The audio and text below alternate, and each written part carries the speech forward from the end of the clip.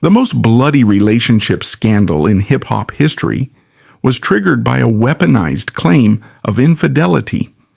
To publicly humiliate his rival, Tupac Shakur broadcasted that he slept with Christopher Wallace's wife, Faith Evans. The media relentlessly amplified this domestic insult to drive record sales, pushing the feud past the point of de-escalation.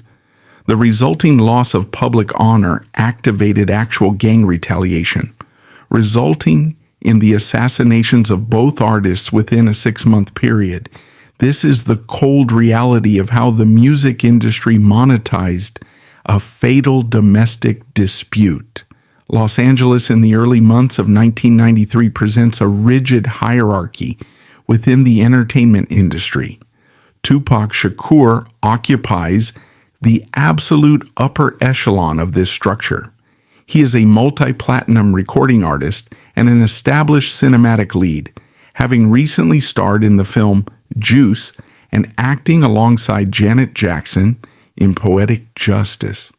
He possesses massive global influence, substantial liquid capital, and a highly visible platform.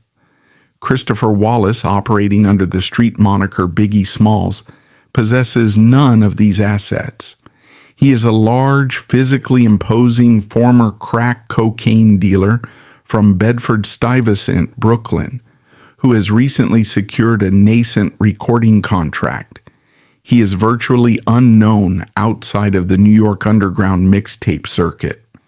When Wallace travels to California, he does not stay in a luxury hotel. He sleeps on the sofa in Tupac Shakur's apartment. This living arrangement establishes the fundamental baseline of their relationship. Far from an equal partnership, this arrangement operated strictly as a mentorship defined by profound financial and social disparity. Shakur assumes the role of a protector and provider. Recognizing the raw, unrefined lyrical talent of the Brooklyn native, Shakur actively utilizes his own established infrastructure to elevate Wallace. Shakur purchases his groceries. He drives him across Los Angeles. Crucially, Shakur leverages his own live performances to provide Wallace with a platform.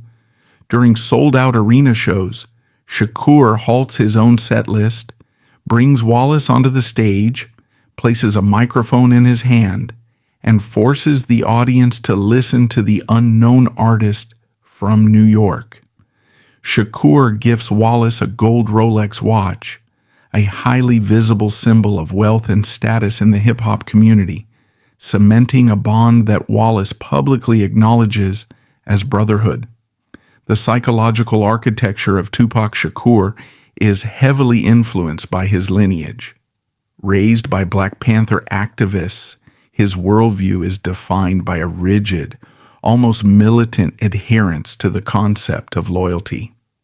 In his operational code, taking a younger, impoverished artist into his home and financing his early career establishes an unbreakable blood pact. Shakur operates under the absolute assumption that this loyalty will be reciprocated when the power dynamics inevitably shift. By 1994, the power dynamics undergo a massive, rapid inversion. Christopher Wallace formally adopts the name the Notorious B.I.G. and aligns himself with Sean Puffy Combs, an ambitious young executive launching Bad Boy Records. Combs recognizes Wallace's commercial potential and aggressively markets him. The release of the single Juicy propels Wallace into the mainstream consciousness. Simultaneously, Shakur's trajectory violently derails. He is entangled in severe legal liabilities, facing trial in New York for sexual assault charges, allegations he vehemently denies, but which threaten him with a lengthy prison sentence. His legal fees drain his capital. His cinematic career is paused. He is highly vulnerable, increasingly paranoid, and operating in New York City, the geographic stronghold of the artist he previously mentored. Despite Wallace's sudden influx of wealth and geographic advantage, the protective shield Shakur expects to receive from his former protege does not materialize. Shakur is navigating hostile territory, surrounded by opportunistic associates and facing the loss of his freedom, while Wallace and Combs operate from the secure, lucrative headquarters of Bad Boy Records. The mentorship dissolves into a tense, unspoken distance. This silent estrangement sets the stage for the events of November 30th, 1994. Shakur is in Manhattan, attending the daily proceedings of his sexual assault trial at the courthouse in Lower Manhattan. The financial pressure of the ongoing litigation is crushing. He requires immediate capital to pay his defense attorneys. He receives a phone call from a music manager and street-level operative named Jimmy Henchman. Henchman offers Shakur a flat fee of $7,000 to record a guest vocal verse for a rapper named Little Sean. The recording session is scheduled for that evening at Quad Recording Studios, located at 723 7th Avenue, directly in the perimeter of Times Square. Shakur is exhausted from the trial and instinctively hesitant. The environment in New York feels deeply unstable. However, the requirement for legal capital outweighs his operational paranoia. Furthermore, he receives intelligence that Christopher Wallace and Sean Combs are currently working in the exact same facility, occupying a recording suite on the 8th floor. The presence of his former protege and the Bad Boy executives provides a false sense of security. Shakur calculates that an ambush is highly unlikely in a building occupied by men he still considers, on some level, to be affiliates. At approximately 12:20 a.m., Shakur arrives at the 7th Avenue entrance of Quad Recording Studios. He is accompanied by his manager, Freddie Moore, and a close associate, a massive, imposing rapper named Stretch Walker. They bypass the busy street and enter the narrow, brightly lit ground floor lobby. The lobby is not empty. 3 men dressed in military-style fatigue jackets are waiting near the elevator bank. Shakur's initial assessment of the threat level is compromised by his knowledge of the building's occupants. Observing the men in fatigues, he does not immediately reach for a weapon or order a tactical retreat. He assumes they are peripheral security personnel employed by Sean Combs and Christopher Wallace, tasked with guarding the ground floor while the Bad Boy executives record upstairs. This assumption proves catastrophic. As Shakur, Moore, and Stretch approach the elevators, the operational reality of the lobby instantly changes. The 3 men in fatigues draw identical 9mm pistols. The assault is highly coordinated. The gunmen order Shakur and his associates to lie face down on the concrete floor and surrender their jewelry. Stretch Walker, a man possessing a massive physical frame and an intimidating street reputation, immediately complies, dropping to the floor. Freddie Moore also complies. Tupac Shakur does not comply. Operating entirely on adrenaline and a deeply ingrained refusal to submit to armed intimidation, he reaches toward his waistband for his own firearm. The gunmen open fire. The confined space of the lobby amplifies the concussive force of the 9mm rounds. Shakur is struck 5 times. 2 bullets penetrate his skull, grazing his brain. 1 bullet tears through his right hand. Another enters his upper thigh. The final bullet strikes his groin. He collapses heavily onto the concrete. The assailants do not execute a finishing shot. Their primary objective appears to be robbery and humiliation rather than immediate assassination. They violently strip Shakur of $40,000 worth of gold and diamond jewelry, including the rings on his fingers. They leave his Rolex, the symbol of his wealth, untouched, a detail that later fuels intense speculation regarding the true motive of the attack. The gunmen flee the lobby, disappearing into the pedestrian traffic of Times Square. Shakur is bleeding profusely from his head, hand, and lower body. He does not wait for emergency medical services to arrive in the lobby. Functioning in a state of severe physical shock and absolute survival instinct, he drags himself into the elevator car. He hits the button for the 8th floor. The elevator ascends. The doors slide open. Shakur steps out onto the 8th floor, covered in his own blood, his skull visibly fractured.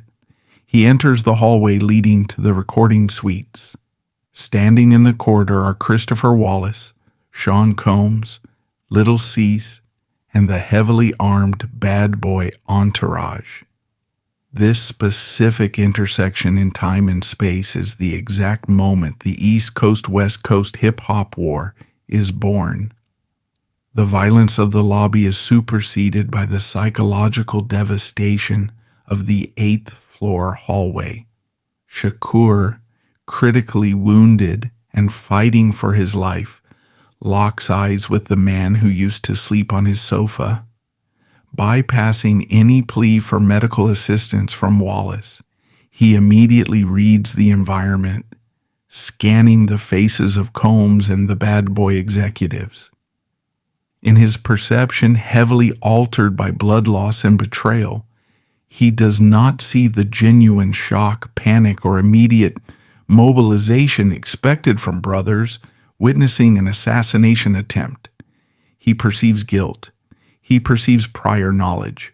Shakur calculates the logistics of the ambush. He questions how 3 armed men knew his exact arrival time at a studio he was booked at only hours prior. He questions why Wallace's massive security apparatus occupying the 8th floor was entirely unaware of an armed tactical squad holding the lobby. He observes that his associate Stretch dropped to the floor without a fight, uninjured. Looking at Wallace, the man he mentored, fed, and funded, Shakur concludes with absolute, unshakable certainty that Bad Boy Records either explicitly orchestrated the hit or deliberately allowed him to walk into a fatal trap. The paramedics arrive shortly after, placing the bleeding rapper onto a stretcher and transporting him to Bellevue Hospital. As Shakur is wheeled out of the studio, the friendship between the 2 greatest lyricists of their generation is permanently eradicated. It is replaced by a cold, highly weaponized hatred. The bullets fired in the lobby of Quad Studios merely fractured Shakur's skull. The silence and perceived complicity on the 8th floor shattered his reality. He survives the surgical procedures at Bellevue, but the man who emerges from the hospital is fundamentally altered. He is a man convinced that his execution was sanctioned by his closest allies, and he immediately begins preparing a campaign of total, uncompromising retaliation that will require the systematic destruction of Christopher Wallace's entire world. October 1995, the Clinton Correctional Facility in Dannemora, New York. Tupac Shakur has spent 11 months locked inside a maximum security cell, serving a sentence for sexual assault.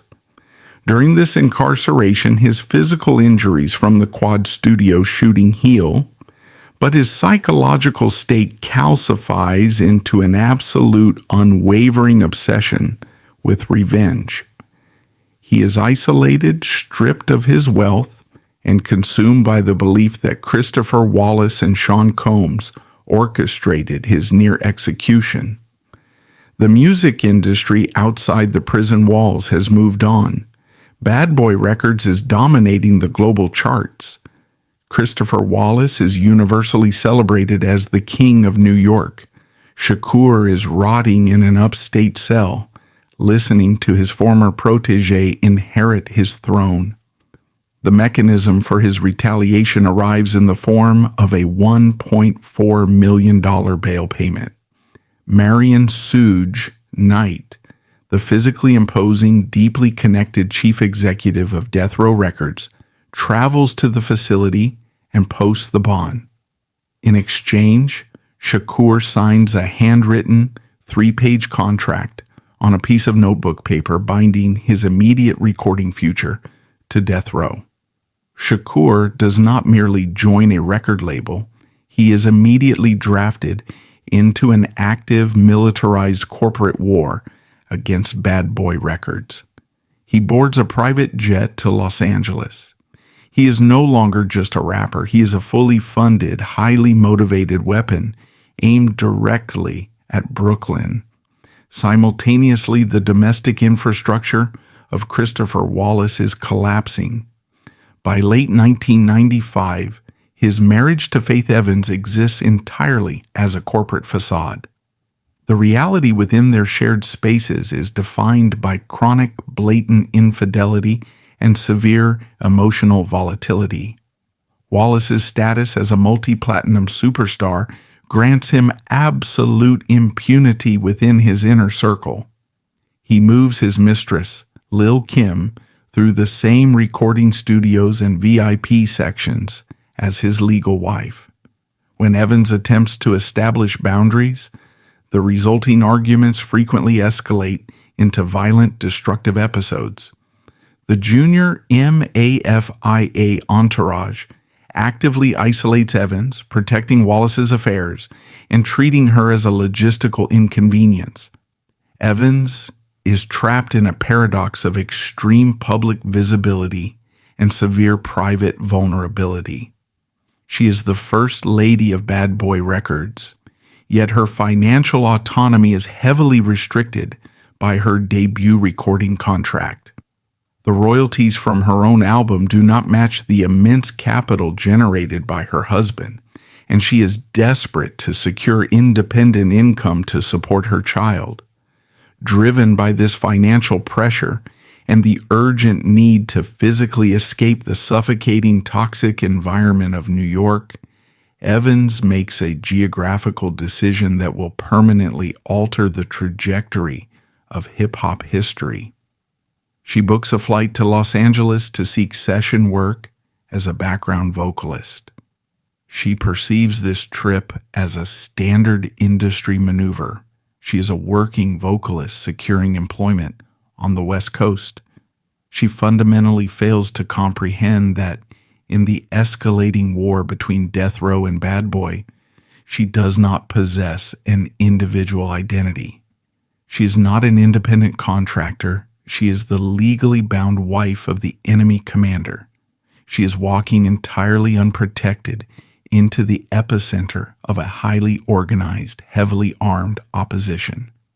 Bad Boy Records, despite their massive security budget and intelligence regarding Suge Knight's hostility, provides her with zero executive protection.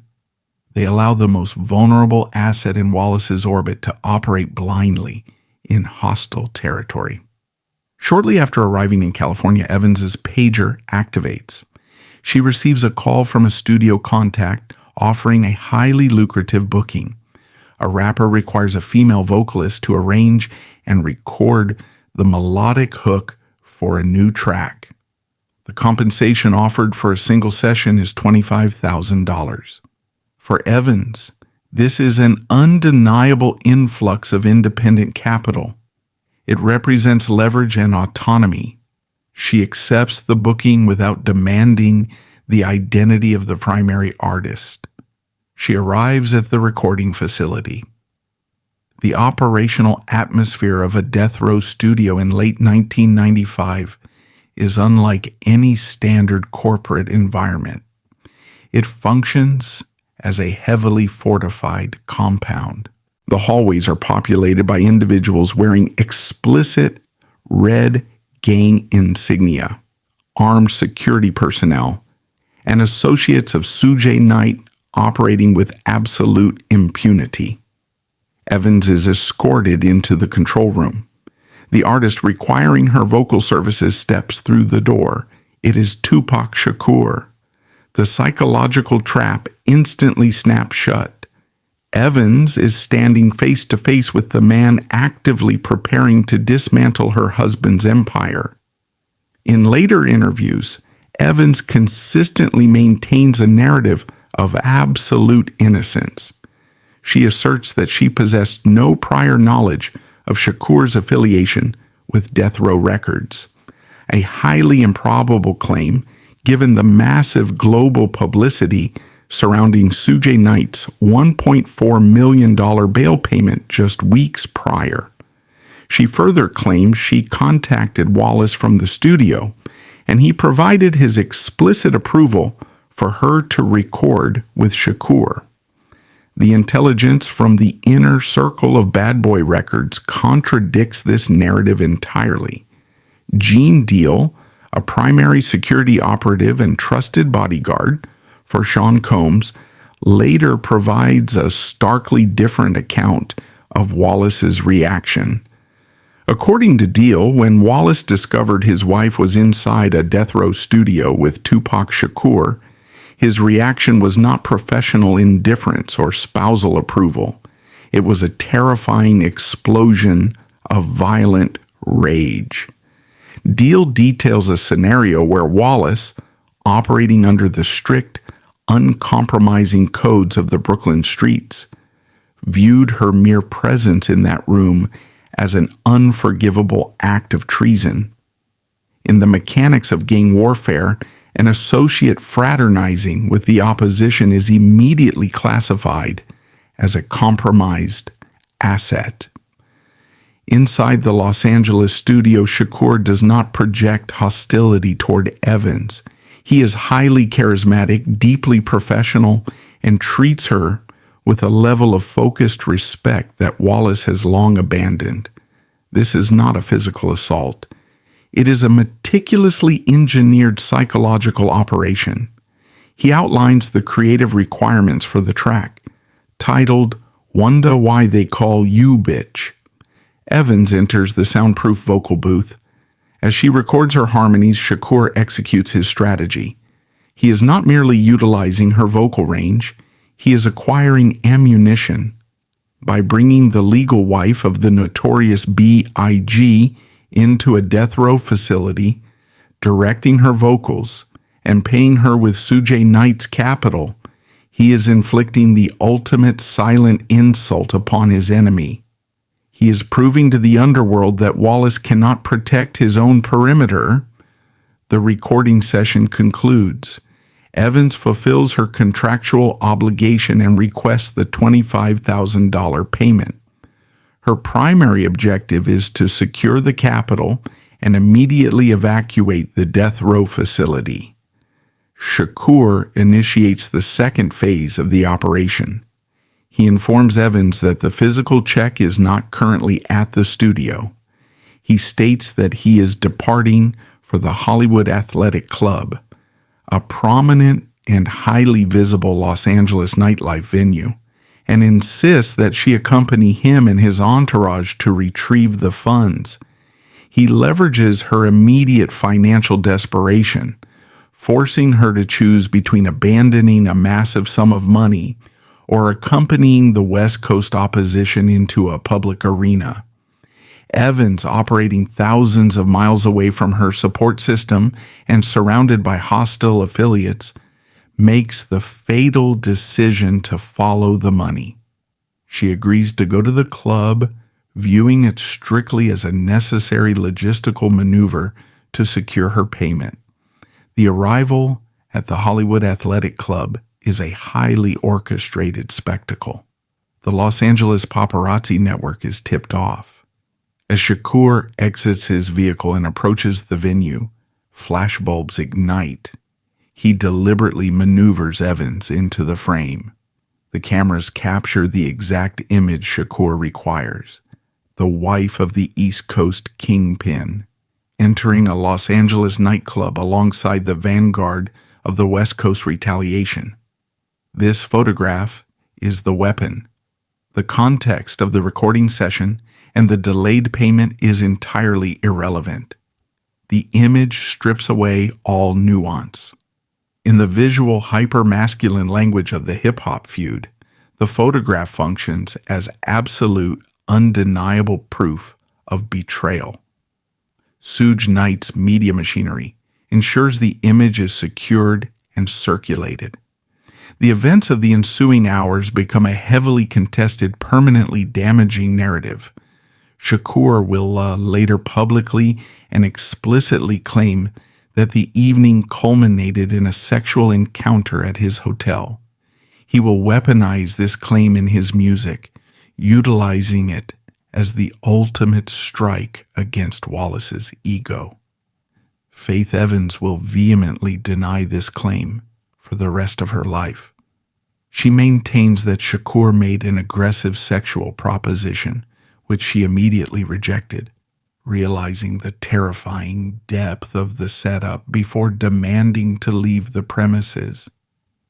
The biological truth of the encounter is ultimately meaningless in the context of the war. In a conflict defined by perception, dominance, and masculine ego, Shakur does not require a physical encounter to inflict catastrophic damage.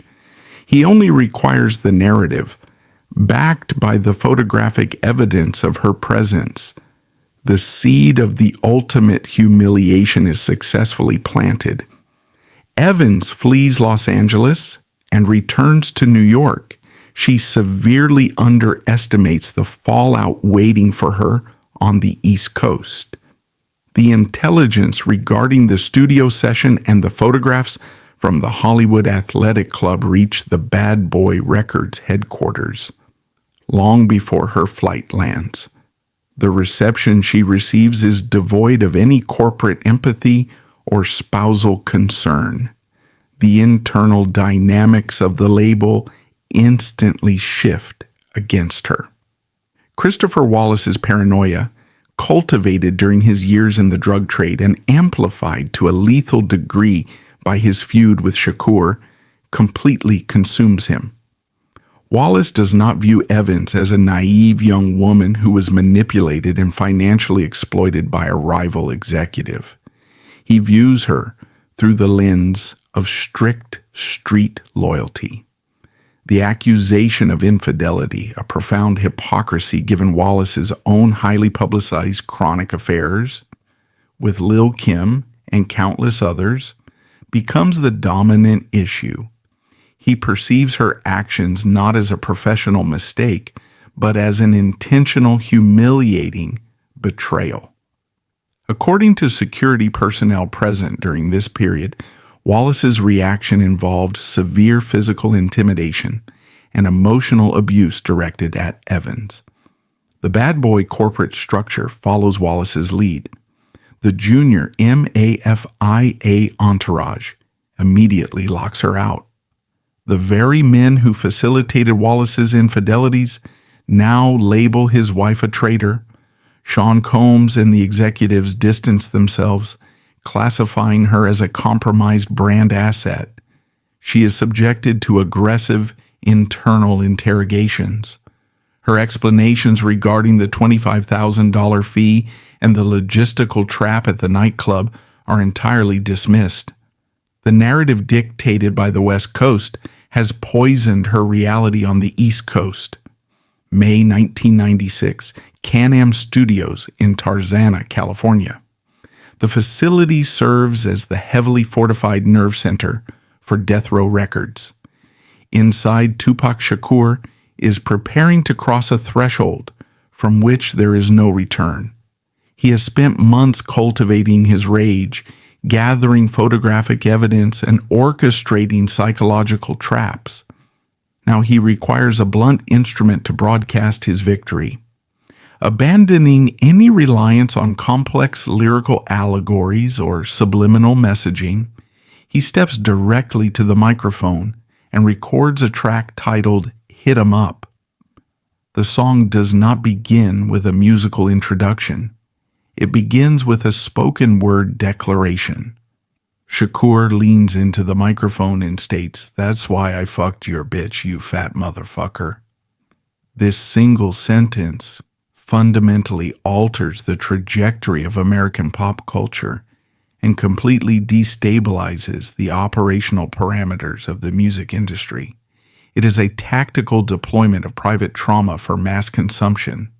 Shakur utilizes the unverified rumor cultivated at the Hollywood Athletic Club and crystallizes it into an absolute recorded fact. The remainder of the track is a violent, explicit tirade threatening the lives of the entire Bad Boy roster, but the opening line is the payload.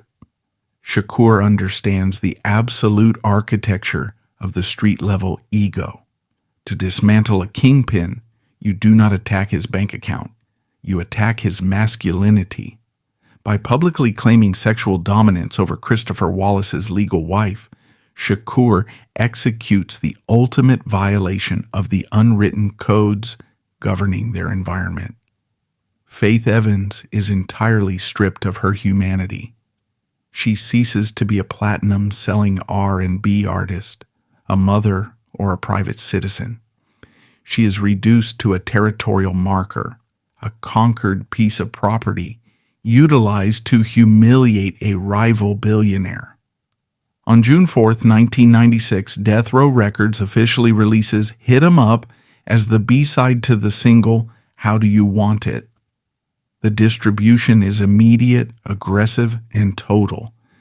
In a pre-internet landscape, the speed at which the track saturates the global market is unprecedented. Urban radio stations across the United States place the song in heavy rotation. Club DJs play it multiple times a night. Bootleg cassette tapes flood the streets of New York and Los Angeles. Faith Evans does not hear this accusation through a private legal summons or a closed-door meeting.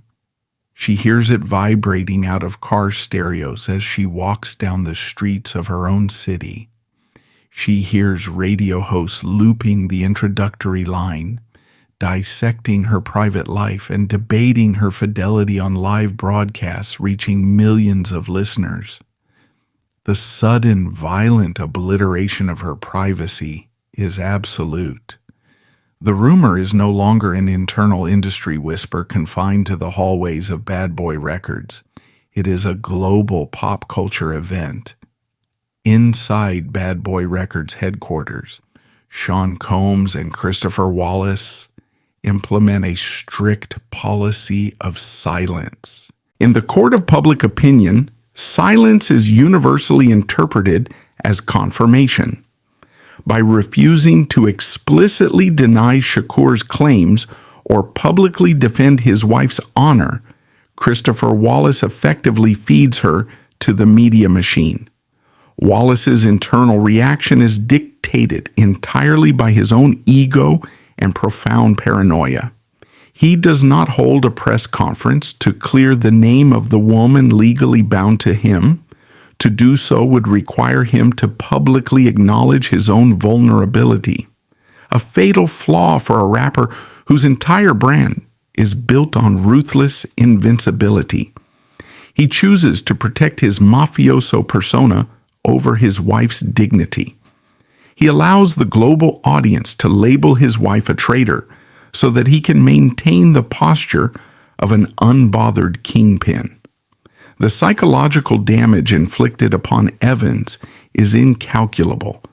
She is heavily pregnant with Wallace's child during the summer of 1996, forced to endure a high-risk pregnancy while navigating a global smear campaign orchestrated by her husband's enemy and enabled by her husband's silence. The media apparatus surrounding the hip-hop industry acts with total enthusiastic complicity. Music journalists, tabloid reporters and television hosts do not question the ethics of broadcasting an unverified claim that destroys a woman's reputation. They do not investigate the structural manipulation that placed her in the death row studio. Instead, they feast on the controversy. Magazines such as Vibe and The Source abandon objective journalism and function as active accelerants. They publish inflammatory covers, juxtaposing images of the two artists, framing the personal dispute as a definitive war between the East Coast and the West Coast. These publications operate on a simple economic premise. Conflict drives circulation. They extract inflammatory quotes, amplify the tension, and create a public arena that traps both men in an inescapable psychological corner. The public demands escalation. If Christopher Wallace ignores the public claim that his wife was compromised, he loses his meticulously constructed persona as the untouchable king of New York. If Tupac Shakur de-escalates, he sacrifices the volatile, dangerous identity that currently drives his massive record sales. The media effectively strips the artists of their right to retreat. As the summer of 1996 progresses, the conflict violently breaches the perimeter of the recording studios and spills directly into the Los Angeles gang infrastructure. The lyrical proxy war transitions into a live street-level paramilitary operation. Marion Suge Knight, the chief executive of Death Row Records, does not operate a traditional corporate entity. His label functions as an extension of the mob Piru Bloods, a prominent Los Angeles street gang. Knight actively recruits gang members for his security details, enforces discipline through physical intimidation, and utilizes the threat of extreme violence to secure contracts and intimidate rivals. Death Row is a heavily armed, highly volatile syndicate masquerading as an entertainment company. Sean Combs, recognizing the severe physical threat posed by Death Row, responds by militarizing his own operations. When bad boy personnel travel to the West Coast, they do not rely on standard corporate security. They align themselves heavily with the Southside Compton Crips, the primary historical rivals of the Bloods. This decision fundamentally alters the stakes of the conflict. The multi-million-dollar corporate feud between two record labels is now inextricably linked to a decades-old blood-soaked gang war. The artists are no longer merely trading insults over instrumental tracks. They are flanked by individuals who possess active, lethal grievances against one another. The recording industry executives successfully outsourced their violence to the streets, transforming gang members into highly paid mercenaries. The physical environment surrounding both labels rapidly deteriorates into actual, lethal violence. Armed standoffs become standard operational procedure. Intimidation tactics escalate from verbal threats to physical assaults. The air in Los Angeles is thick with impending death. The executives, Combs and Knight, continue to stoke the fires, utilizing the hostility to consolidate their own power and drive record sales, seemingly oblivious to the reality that they have lost control of the machinery they built. Tupac Shakur, fueled by his unresolved trauma from the Quad Studios shooting and his deep immersion into the death row ecosystem, pushes the aggression to a critical mass. He is ubiquitous, constantly attacking Wallace in interviews, on tracks, and in public appearances. He believes he is untouchable, shielded by Knight's power and his own massive celebrity. Christopher Wallace, physically limited following a severe car accident that shatters his leg, retreats behind a wall of armed guards and profound paranoia. He is trapped in New York, unable to operate freely, a prisoner of his own massive success and the lethal feud. He refused to de-escalate. The architecture for a mass casualty event is fully constructed. The narratives of betrayal have been cemented in the public consciousness. The media has established a zero-sum game where only one king can survive. The heavily armed entourages are mobilized, paid, and waiting for an ignition source.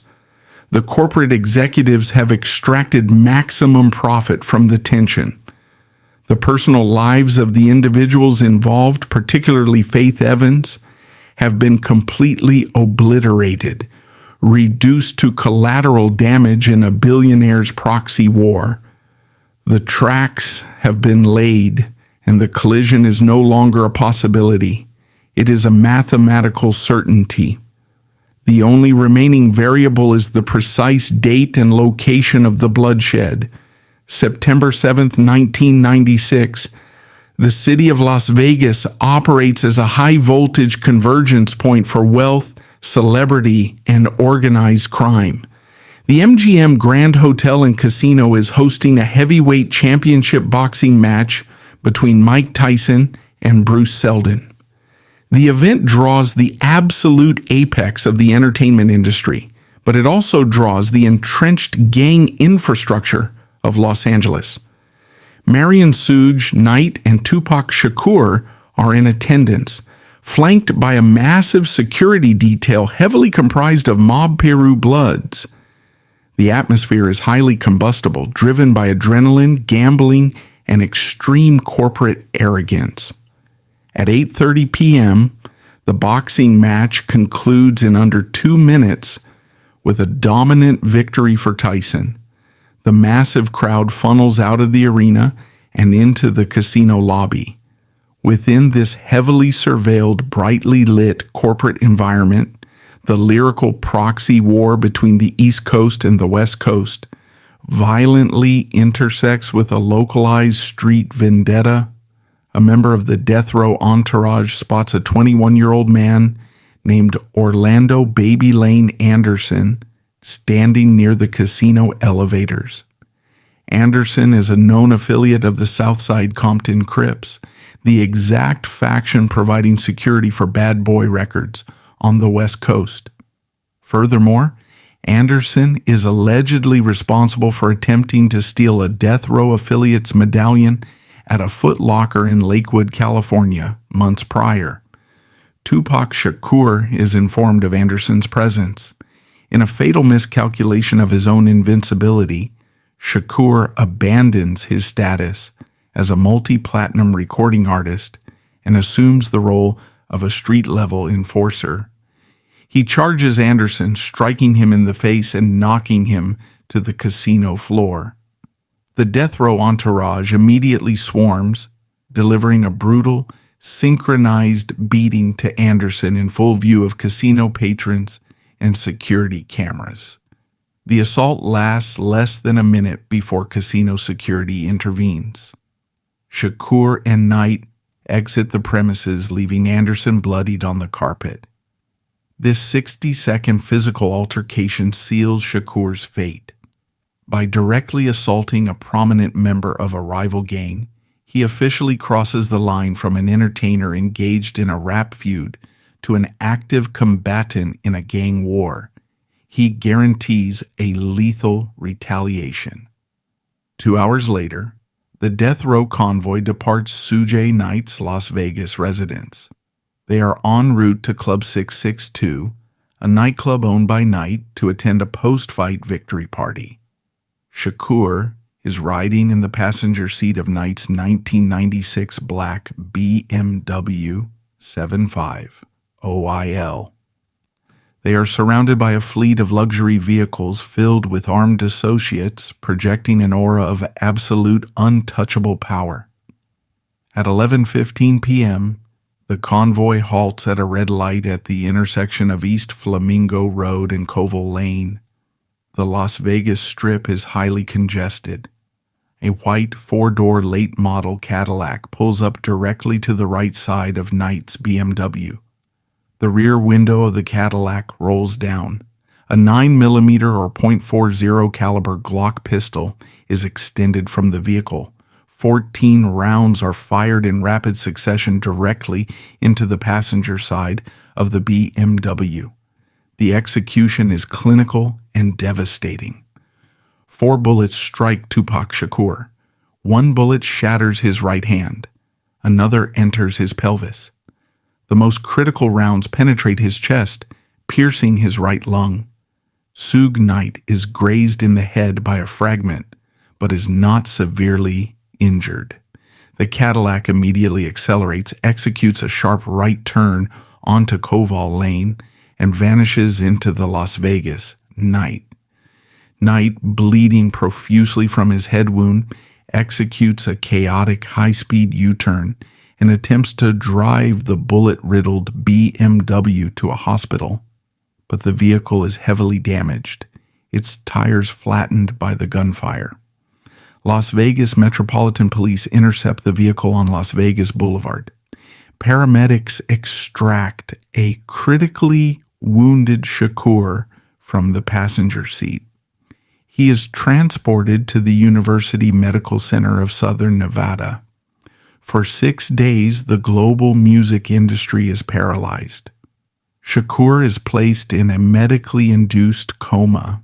He undergoes multiple surgeries, including the complete removal of his right lung, in a desperate attempt to stop massive internal hemorrhaging. The physical trauma inflicted by the high-velocity rounds is too severe. His biological systems systematically fail. At 4:03 p.m. on September 13, 1996, Tupac Shakur is officially pronounced dead. He is 25 years old. The assassination of Tupac Shakur fundamentally permanently alters the hip-hop industry. The lyrical warfare is instantly terminated, replaced by the grim reality of a homicide investigation. The immediate public reaction is dictated by the highly publicized feud. The media, having spent the previous year actively stoking the hostility between Death Row and Bad Boy Records, instantly points its collective finger toward New York. Christopher Wallace and Sean Combs are immediately framed in the global consciousness as the primary suspects, or at minimum the ultimate beneficiaries of the execution.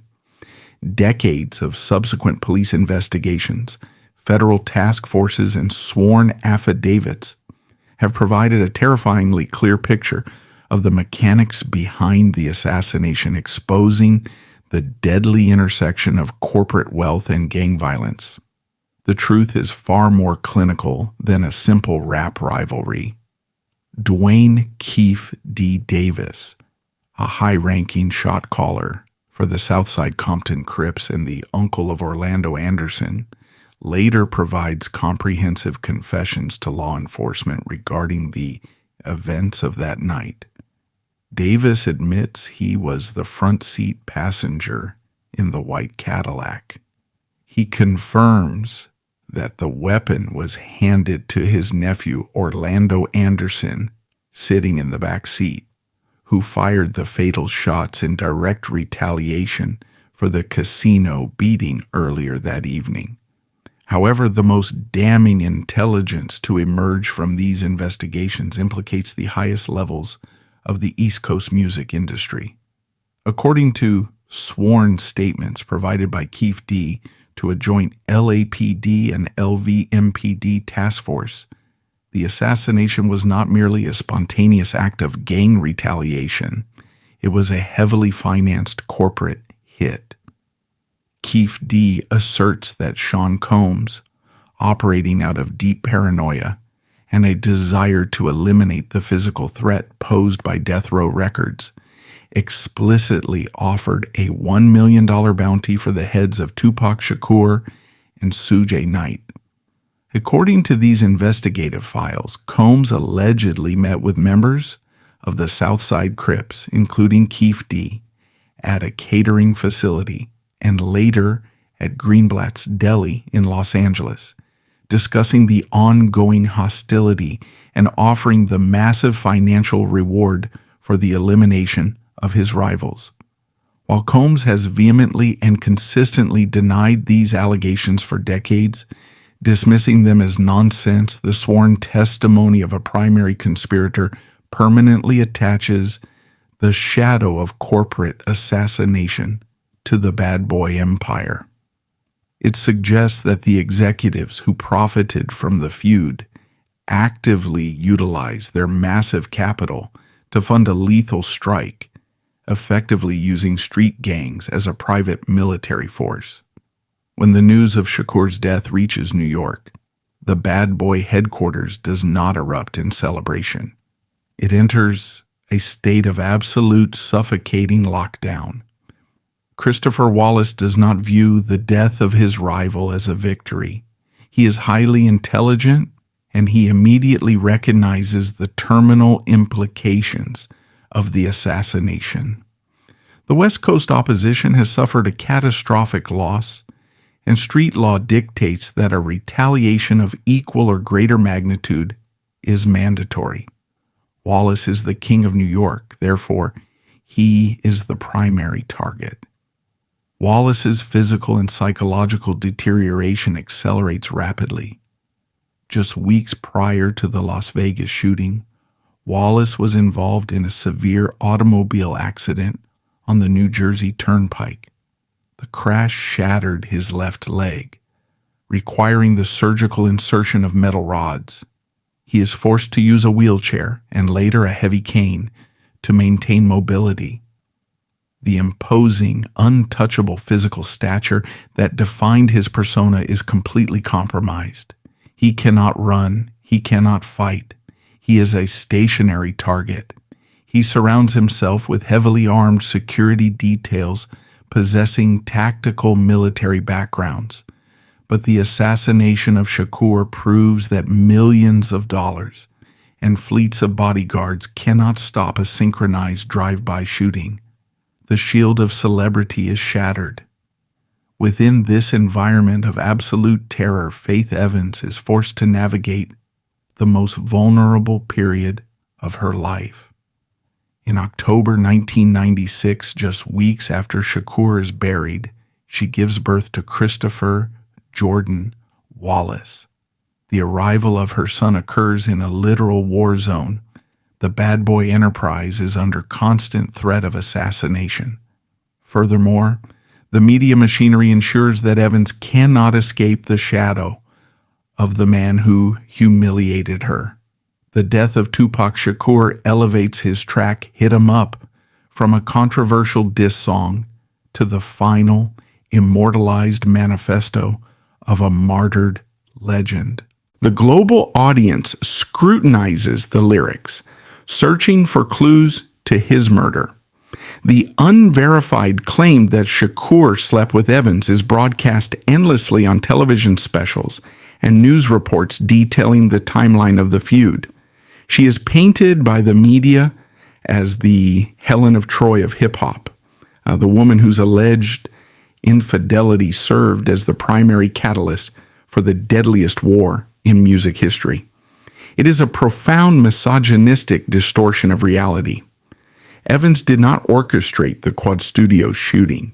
She did not draft the Southside Crips as a private security force. She did not offer $1 million corporate bounty.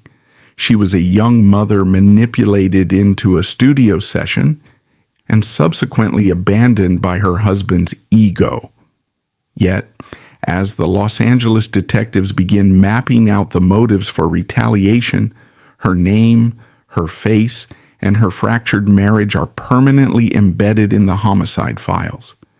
The lyrical weapon forged by Shakur in the Can-Am studios has officially outlived its creator, ensuring that the psychological execution of Faith Evans will continue indefinitely, long after the blood is washed from the Las Vegas asphalt. By the first quarter of 1997, the corporate demands of Bad Boy Records entirely supersede basic security logistics and common sense. Christopher Wallace has completed the recording of his highly anticipated sophomore double album, the title decided months prior to the Las Vegas assassination is Life After Death. Sean Combs and the label executives determined that a massive multi-city promotional tour is required to maximize initial sales and maintain their dominance over the global market. This corporate strategy includes a mandatory, high-profile trip to California. The decision to transport the primary target of West Coast retaliation directly into Los Angeles, a mere 6 months after the unsolved murder of Tupac Shakur, is a catastrophic display of corporate hubris. Combs operates under the dangerous calculation that the presence of heavy security personnel and the passage of a few months have neutralized the threat. He believes the sheer financial power of the Bad Boy brand can overwrite the ironclad laws of street retaliation. Wallace, despite his severe physical limitations and deep documented paranoia regarding his own mortality, complies with the label's directive. The corporate machine demands visibility. Wallace arrives in Los Angeles in February 1997. His physical vulnerability is absolute. He relies heavily on a specialized wooden cane to walk due to the shattered leg from his New Jersey car accident. He is no longer the imposing, untouchable figure of his early career. He is a stationary, highly recognizable target operating in the geographic stronghold of his enemies. He hires a massive security detail comprised of off-duty law enforcement and tactical personnel, but these men are operating outside of their jurisdiction, attempting to secure a perimeter in a city governed by entrenched gang networks that view Wallace as the ultimate prize. Faith Evans is also present in Los Angeles during this period. She is maintaining her own recording schedule and attempting to sustain her solo career. She stays at a separate hotel, intentionally maintaining a geographic and operational distance from the Bad Boy entourage. She remains legally married to Wallace, and she is the mother of his 4-month-old infant son, but the marriage is functionally terminated. They are two individuals occupying the exact same hostile city, bound entirely by legal paperwork and unresolved trauma.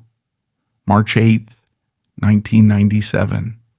The Soul Train Music Awards are held at the Shrine Auditorium in Los Angeles. The event serves as a public barometer for the industry's geopolitical climate. When Christopher Wallace, leaning heavily on his cane, slowly navigates the stage to present an award to Toni Braxton, the auditorium erupts in loud, sustained, hostile boos. The West Coast industry base actively and publicly rejects his presence. The tension in the room is suffocating.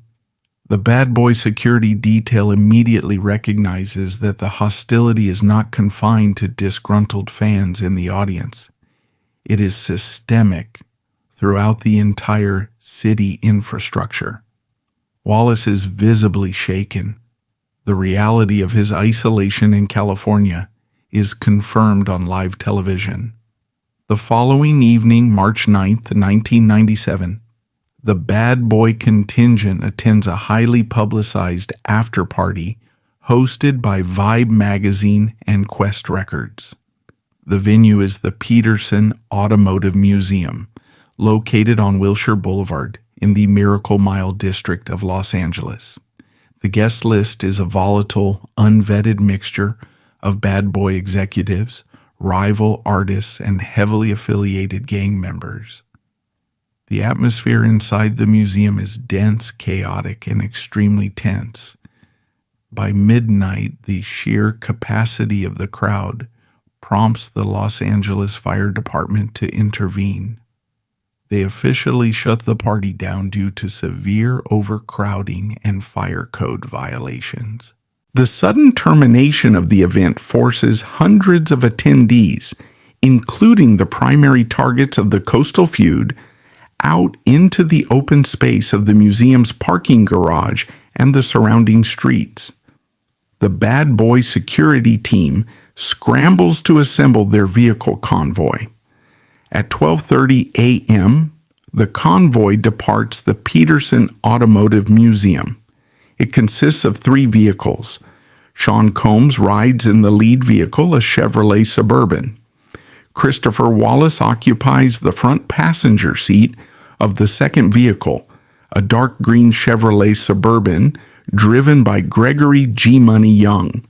His entourage, including Lil Cease, sits in the rear seats. The third vehicle carries the remaining security personnel. The convoy travels exactly 50 yards down Fairfax Avenue and stops at a red light at the intersection of Wilshire Boulevard. The streets are packed with departing partygoers and idling vehicles. A dark Chevrolet Impala SS pulls alongside the right side of Wallace's Suburban. The driver of the Impala is an African-American male wearing a blue suit and a bow tie. Decades of subsequent investigations, heavily driven by the LAPD task force led by Detective Greg Kading, will later point to a mob Piru blood named Wardell Poochie Faust as the alleged shooter. According to Kading's intelligence, Faust was allegedly contracted by Sue J. Knight for $13,000 to execute the exact retaliation the streets demanded. The driver of the Impala rolls down his window. He produces a 9mm blue steel pistol.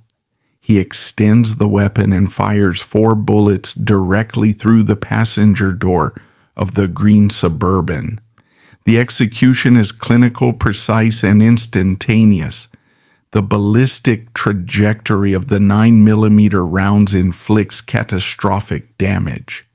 The first bullet strikes Wallace in the left forearm. The second bullet strikes him in the back, missing his vital organs. The third bullet hits his left thigh. The fourth bullet is the kill shot. It enters Wallace's right hip and travels diagonally upward through his massive frame. It tears through his colon, rips into his liver, shreds his heart, and punctures his left lung before stopping in his left shoulder area. The shooter's Impala immediately accelerates, cutting across Wilshire Boulevard and vanishing into the Los Angeles grid. The Bad Boy convoy completely breaks formation. The driver of Wallace's Suburban runs the red light, rushing the bullet-riddled vehicle directly to Cedars-Sinai Medical Center, located less than 2 miles away. The hospital initiates a massive trauma response. Wallace is pulled from the passenger seat and rushed into an operating bay. The trauma team performs an emergency thoracotomy, opening his chest cavity in a desperate attempt to massage the heart and restore circulation. The physical damage inflicted by the fourth bullet is too extensive. His internal organs are completely destroyed. At 1:15 a.m., the doctors officially pronounce him dead. Christopher Wallace is 24 years old. Miles away in a quiet Los Angeles hotel room, the telephone rings. Faith Evans picks up the receiver. The voice on the other end delivers the operational update. The corporate hubris of Bad Boy Records, the lyrical warfare initiated by Tupac Shakur, and the unverified rumors utilized as marketing tools have culminated in the exact physical outcome the gang infrastructure promised. Evans is immediately transported by security to Cedars-Sinai Medical Center. She arrives to find the hospital in a state of absolute chaotic lockdown. The exterior and corridors are swarming with Los Angeles Police Department detectives securing the perimeter, weeping members of the junior MAFIA, and panicked bad boy executives scrambling to control the immediate public relations fallout. Evans is escorted past the chaos on the upper floors and taken down into the sterile, heavily air-conditioned corridors of the county morgue. Law enforcement requires a formal identification of the deceased. She walks into the examination room and stands over the steel table. She looks down at the massive frame of the man she married after a 9-day acquaintance. The fatal ballistic wounds are entirely visible. The multi-million-dollar recording contracts, the lethal coastal rivalry, the diamond chains, and the relentless media spectacles are completely stripped away, leaving nothing but a brutalized, bleeding corpse. Faith Evans is 23 years old. She is standing in a Los Angeles morgue, staring at the murdered father of her 4-month-old son. She is a widow in a war she never authorized and repeatedly attempted to escape. The recording industry successfully utilized her marriage to generate millions of dollars in domestic drama, and it utilized her reputation as the primary ammunition to fuel a historic feud. The physical war has officially concluded. The ultimate price has been extracted by the streets, and she is left standing entirely alone in the cold room to absorb the absolute, irreversible finality of the violence the corporations funded. The physical burial of Christopher Wallace does not halt the machinery of Bad Boy Records. It acts as a massive financial accelerant. 16 days after the assassination in Los Angeles, the label releases Wallace's double album, Life After Death. The title, conceptualized months before the fatal shooting, now functions as a macabre, highly effective marketing tool.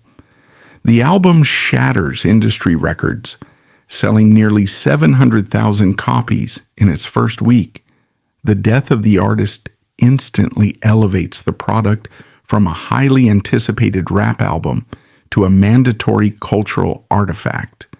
The cash flow into the Bad Boy corporate accounts is astronomical. Sean Combs faces a critical strategic pivot. The violent gang-affiliated image that initiated the Coastal War is now a massive corporate liability. He requires a comprehensive sanitization strategy to protect his empire and launch his own solo career. He engineers a tribute track titled I'll Be Missing You, heavily sampling the 1983 pop hit Every Breath You Take by The Police.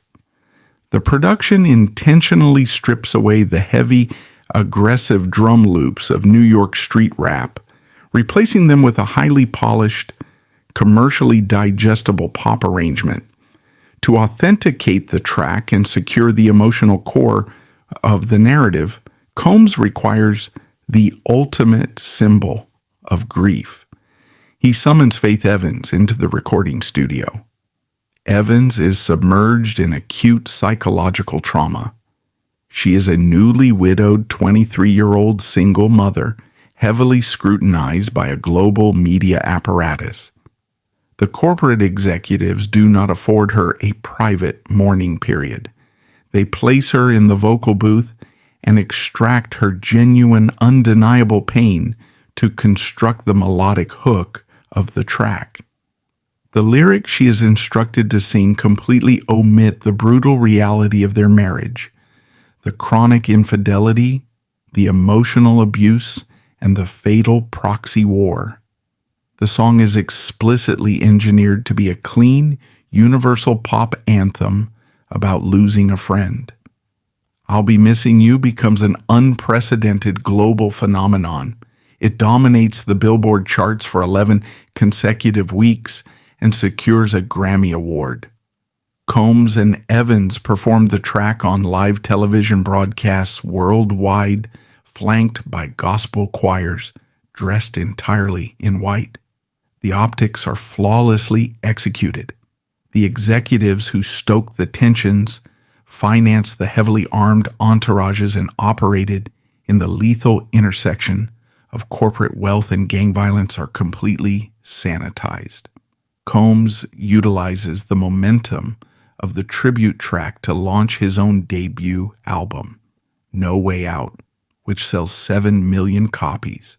He successfully transitions from a background executive into a global billionaire, explicitly acknowledging that his best friend's death functioned as the primary catalyst for his own mainstream fame. The financial disparities of this arrangement are brutal.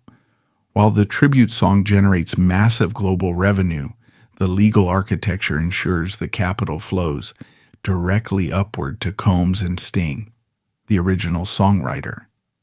Evans, providing the raw emotional labor that authenticates the product, receives a standard performance fee.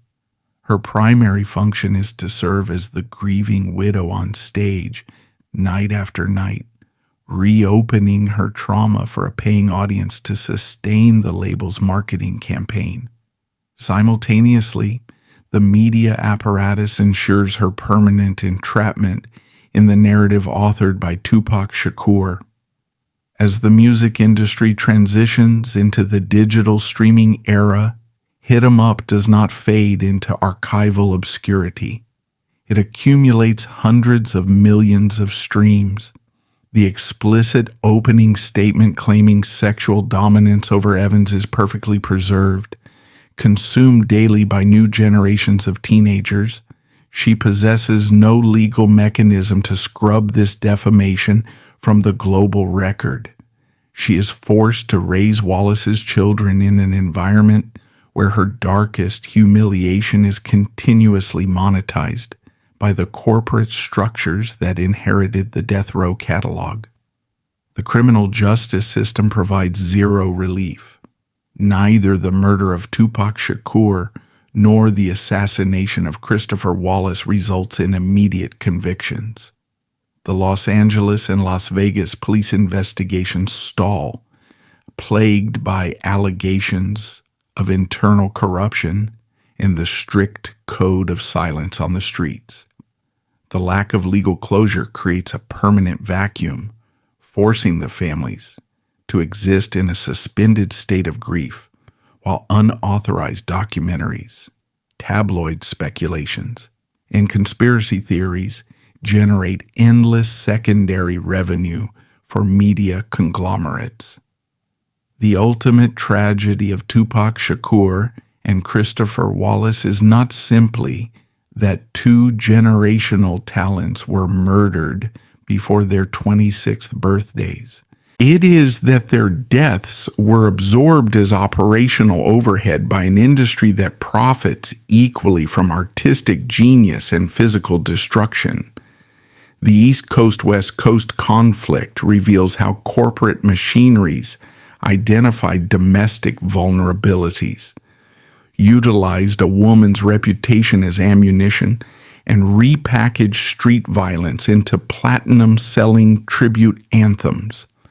When the titans of the music industry declare war, they do not bleed. They draft the vulnerable, monetize the casualties, and leave survivors like Faith Evans to carry the permanent scars in silence.